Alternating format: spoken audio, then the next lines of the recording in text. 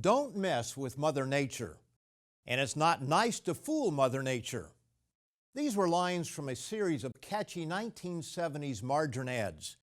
When Mother Nature is fooled, bad things happen, including bad weather. We accept that hailstorms, hurricanes, tornadoes, and blizzards are all part of the natural order. Hurricanes and typhoons destroy villages, cities, and whole coastlines.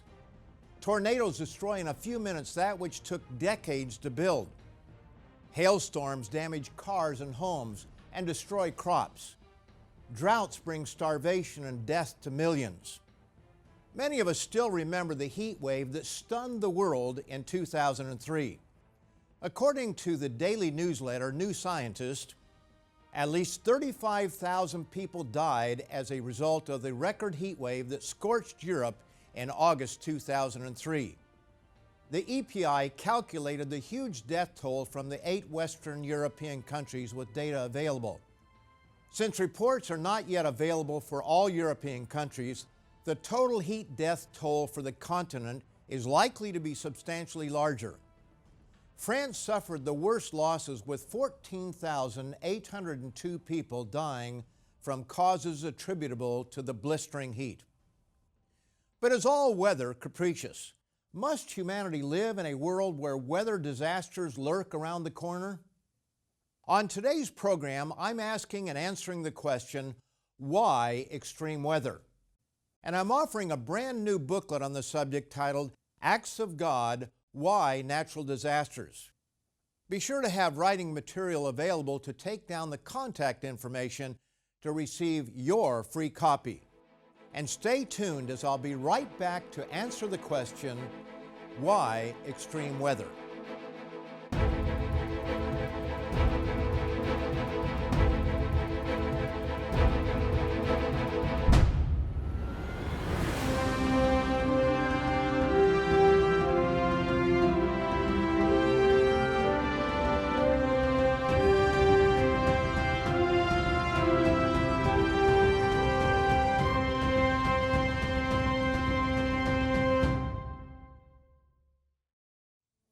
Violence in the form of thunderstorms, tornadoes, and hurricanes, also known as typhoons or cyclones, are a constant danger in some parts of our world.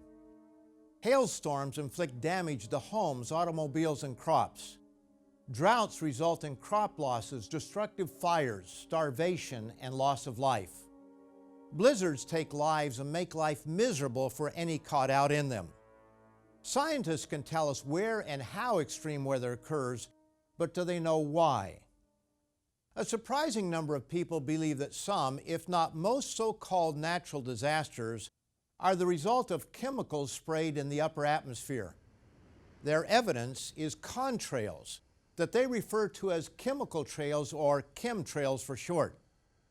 The rumor of a government conspiracy began spreading in 1996, and it continues even though it has been shown in old photographs that contrails existed decades before the so-called conspiracy began, but to no avail.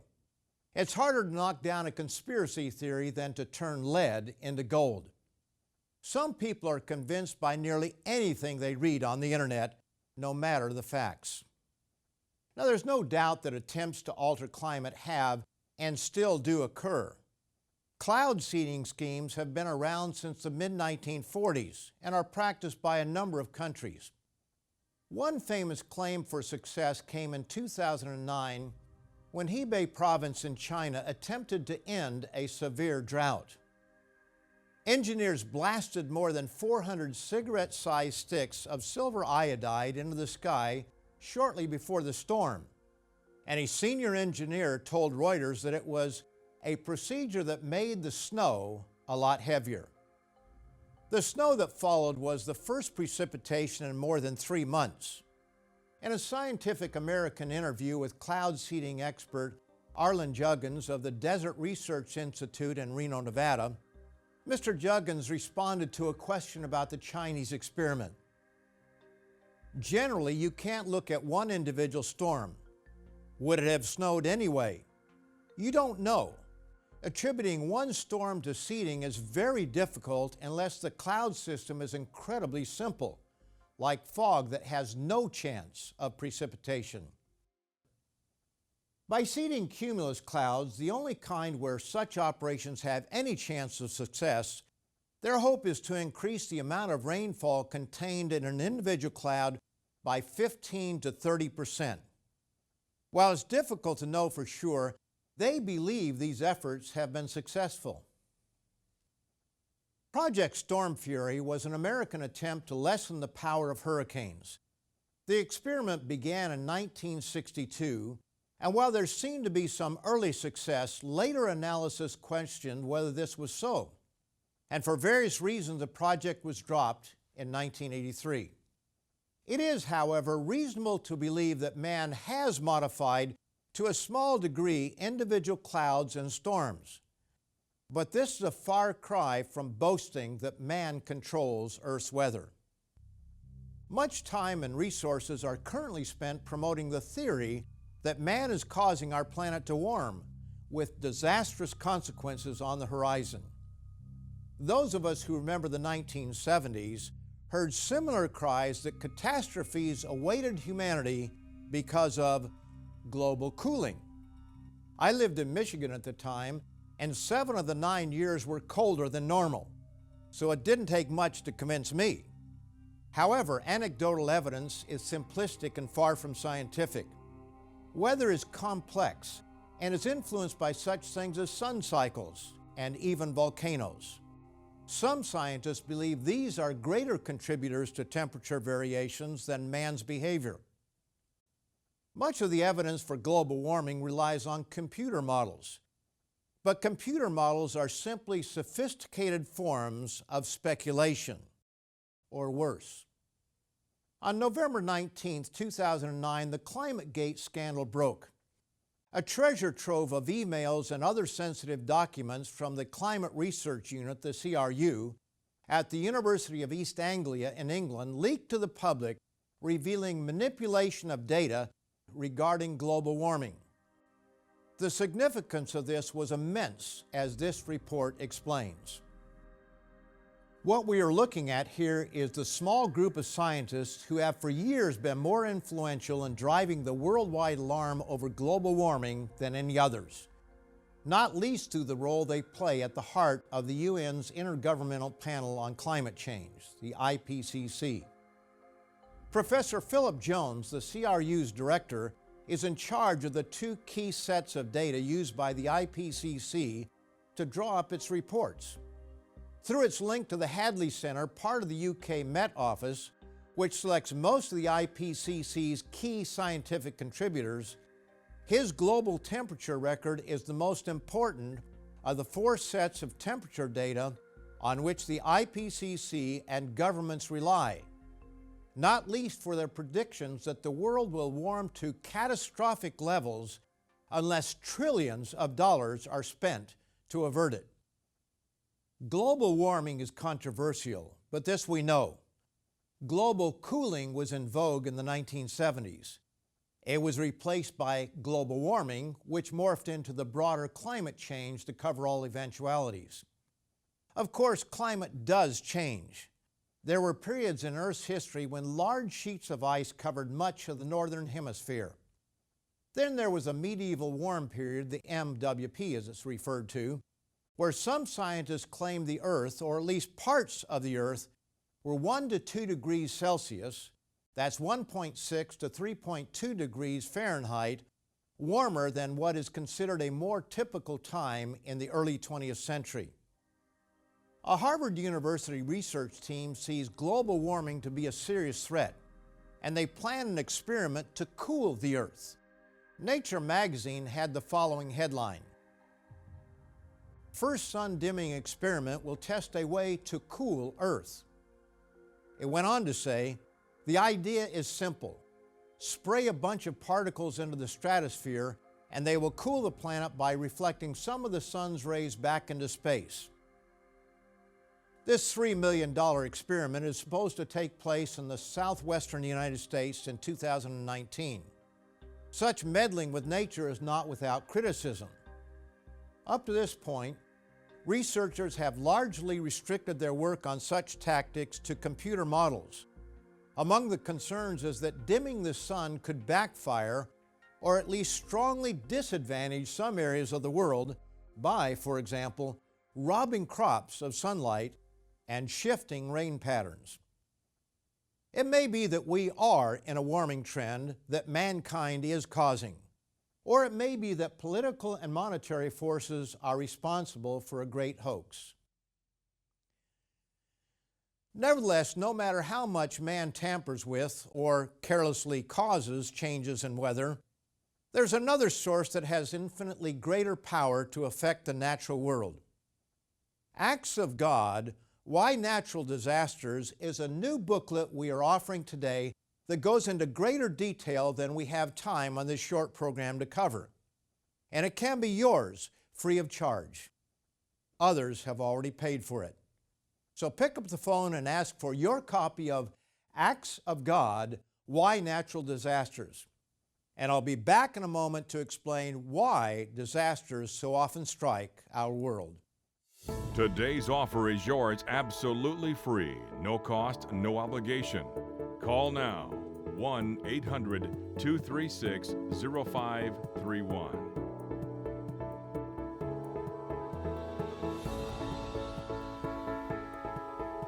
Call toll-free now or write to us at the address on your screen or visit us online at tomorrowsworld.org. With this offer, you will also receive your free subscription to Tomorrow's World magazine, full of timely articles and unique insights on today's important issues. Then be sure to go to tomorrowsworld.org/digital. Have a digital subscription sent right to your email inbox, faster than postal mail. Visit us online now.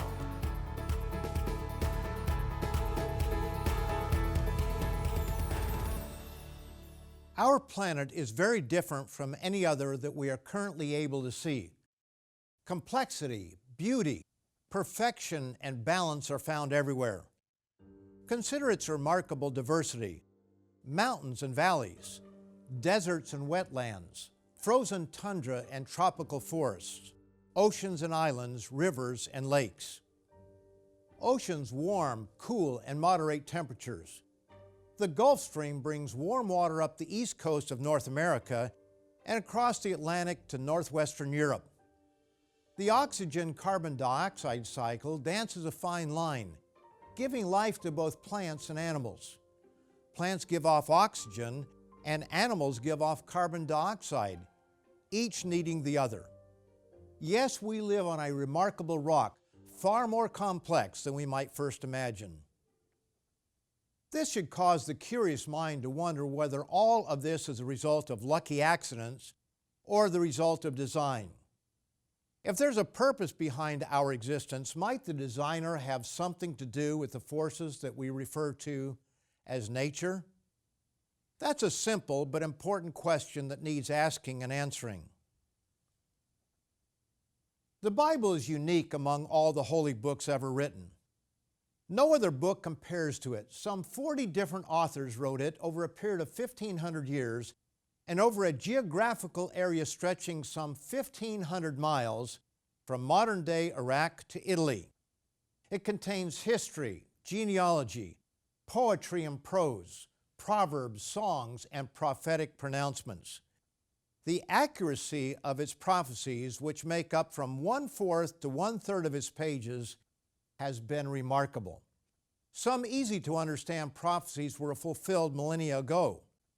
Other prophecies are being fulfilled right now, with more to take place as we near the end of the age. The consistency of the biblical message is remarkable, and it gives warnings regarding the relationship between our behavior and the natural world. According to Leviticus 26, "If you walk in my statutes and keep my commandments and perform them, then I will give you rain in its season. The land shall yield its produce, and the trees of the field shall yield their fruit. Your threshing shall last till the time of vintage, and the vintage shall last till the time of sowing. You shall eat your bread to the full, and dwell in your land safely." But disobedience to our Creator results in weather imbalances that bring about agricultural disasters, drought, and pestilences. Note again Leviticus 26. But if you do not obey me and do not observe all these commandments, I will break the pride of your power. I will make your heavens like iron and your earth like bronze, and your strength shall be spent in vain, for your land shall not yield its produce, nor shall the trees of the land yield their fruit. You may be thinking, oh, but that doesn't apply to us today. And that would be a mistake. As we're told in Hebrews 13, verse 8, Jesus Christ is the same yesterday, today, and forever. Even most professing Christians are profoundly ignorant of the Bible and its message. They assume these warnings were only for the Jews and only for that time. And nothing can be further from the truth. The Bible often records prophecies that have both a former and a latter fulfillment. One example of this is found in the prophetic book of Amos. His prophecies were clearly for his people of that day, but also for those living during the time called the Day of the Lord, a time at the end of the age. According to Amos, weather and agricultural disasters are in our future because of our sins. Also, I gave you cleanness of teeth in all your cities, and lack of bread in all your places. Yet you have not returned to me, says the Lord. I also withheld rain from you when there were still 3 months to the harvest. I made it rain on one city. I withheld rain from another city. One part was rained upon, and where it did not rain, the part withered. So 2 or 3 cities wandered to another city to drink water, but they were not satisfied. Yet you have not returned to me, says the Lord. I blasted you with blight and mildew. When your gardens increased, your vineyards, your fig trees, your olive trees, the locust devoured them. Yet you have not returned to me, says the Lord. This passage in Amos begins to answer the question of why the earth sometimes seems to work against us. But this is such a large subject that I don't have time to cover it adequately. If you want to know what to expect in the days ahead, exactly what natural disasters are predicted in the pages of the Bible, you need this new resource, Acts of God, Why Natural Disasters. And it can be yours absolutely free of charge. All you have to do is pick up the phone and request today's offer. It's that simple. Or you can write to the address shown on the screen or go to our website, www.tomorrowsworld.org. Order it today, and I'll be back in 15 seconds to explain why a loving God allows these things to happen. Today's offer is yours absolutely free, no cost, no obligation. Visit us online at tomorrowsworld.org. Find us on Facebook, watch us on YouTube, and follow us on Twitter. If God is all-powerful and all-loving, could He not make us a safer place to dwell? Why did He make the earth so dangerous with violent storms, earthquakes, tsunamis, volcanic eruptions, and deadly sinkholes? Is survival on our earthly home left to chance? From the beginning, mankind has thumbed his nose in God's face. God placed the first man and woman in a beautiful garden with luscious fruit trees of all sorts. All fruit and nut-bearing trees were made available to them except one, and that's the one they chose. In reality, it was not the specific fruit that mattered, but what it represented. By taking from the forbidden tree, Adam and Eve declared their independence from God. They said, in effect, "Leave us alone. We want to determine for ourselves what is right and what is wrong." That act and attitude started us down a wrong path that we individually and collectively have willingly taken. The result was that our ancestors were kicked out of the garden and let loose to do their own thing. But that decision carried with it grave consequences. No longer would God automatically intervene for them when the air turned dry and the winds blew. Let's read Genesis 3, beginning in verse 17. "Cursed is the ground for your sake, and toil you shall eat of it all the days of your life. Both thorns and thistles it shall bring forth for you, and you shall eat the herb of the field. And the sweat of your face you shall eat bread till you return to the ground, for out of it you were taken. For dust you are, and to dust you shall return. Thorns and thistles refer to more than sharp objects on bushes. God, in effect, told Adam that he would no longer automatically bless his physical world. God could stop natural disasters. He could warn us to get out of the way while he builds a new island or mountain.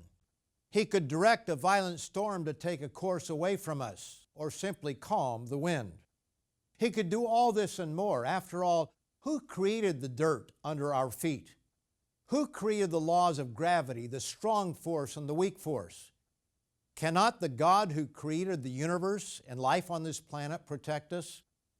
But we're so arrogant, we conclude that we, the planet on which we live, and the whole universe all came about as a result of chance. And so, God is allowing us to live in a world of chance. Yet our Creator is a God of love. From time to time, He gives us reminders that we are not as self-sufficient as we think. He gives us periodic reality checks. Psalm 107 colorfully describes what happens when we are confronted with forces beyond our control. Those who go down to the sea in ships, who do business on great waters, they see the works of the Lord and His wonders in the deep. For He commands and raises a stormy wind, which lifts up the waves of the sea. They mount up to heaven. They go down again to the depths. Their soul melts because of trouble. They reel to and fro and stagger like a drunken man and are at their wits' end. Then they cry out to the Lord in their trouble, and He brings them out of their distresses. He calms the storm so that its waves are still. Then they are glad because they are quiet, so He guides them to their desired haven. Yes, when the waves roar, when hurricane-force winds blow, when the ground beneath our feet shakes violently, when we're stranded in a blizzard, then we cry out for help. But what happens when the ground stops shaking and the winds subside? How many promises of turning over a new leaf evaporate? The above psalm does not indicate that God causes every storm and calms every wind. He sets these forces in motion, and they remind us of our need for Him. As Solomon wrote in Ecclesiastes, the 9th chapter, verses 11 and 12, "But time and chance happen to them all, for man also does not know his time. Like fish taken in a cruel net, like birds caught in a snare, so the sons of men are snared in an evil time, when it falls suddenly upon them." A better tomorrow's world is coming, but we're in for a rough ride before that time. Acts of God, Why Natural Disasters, gives the short-term and long-term forecast for our world. It goes beyond the weather to discuss the significance of the Yellowstone caldera. It explains how an asteroid is coming our way and will shock the world, at least those who survive. I encourage you to call, write, or go to our website to receive your free copy of this new booklet, Acts of God, Why Natural Disasters. Do it today before you forget, and I'll be back in a moment with a challenge, so don't go away. Today's offer is yours absolutely free, no cost, no obligation. Call now, 1-800-236-0531.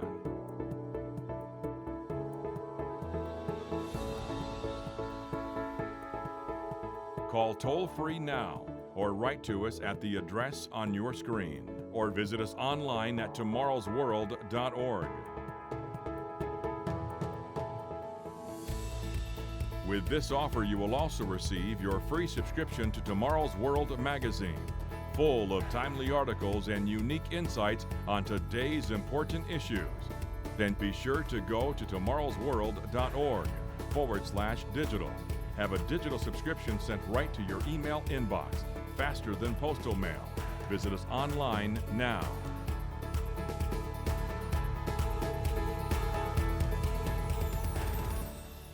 The Bible is an amazing book containing many specific prophecies.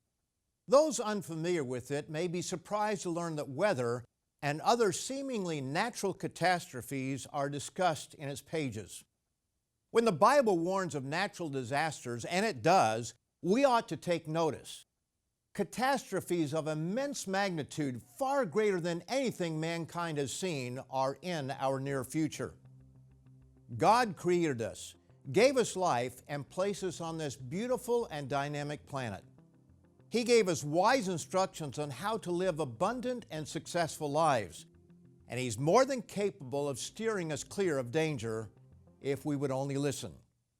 Deuteronomy 30, verse 19 explains in simple terms the decision humanity must make. I call heaven and earth as witnesses today against you, that I have set before you life and death, blessing and cursing. Therefore choose life, that both you and your descendants may live. Time and chance, natural disasters, bumps and bruises, these are the result of choosing the forbidden fruit. For the most part, we simply live on our own apart from God on a dynamic planet of powerful forces.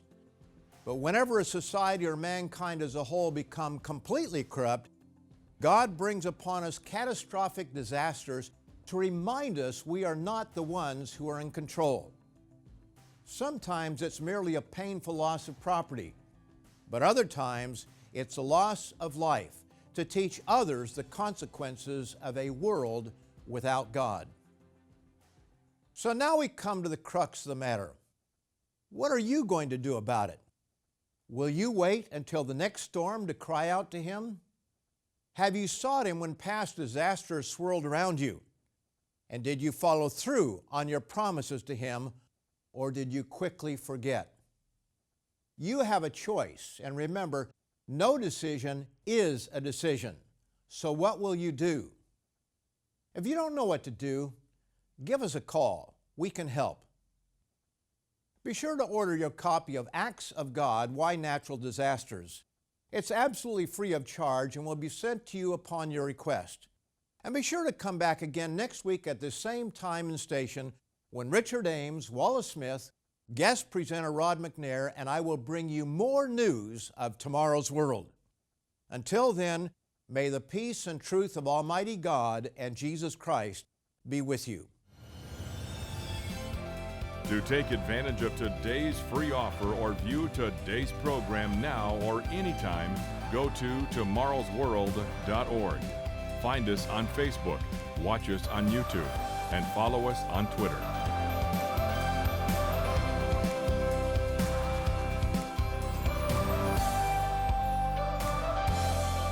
The preceding program is produced by the Living Church of God.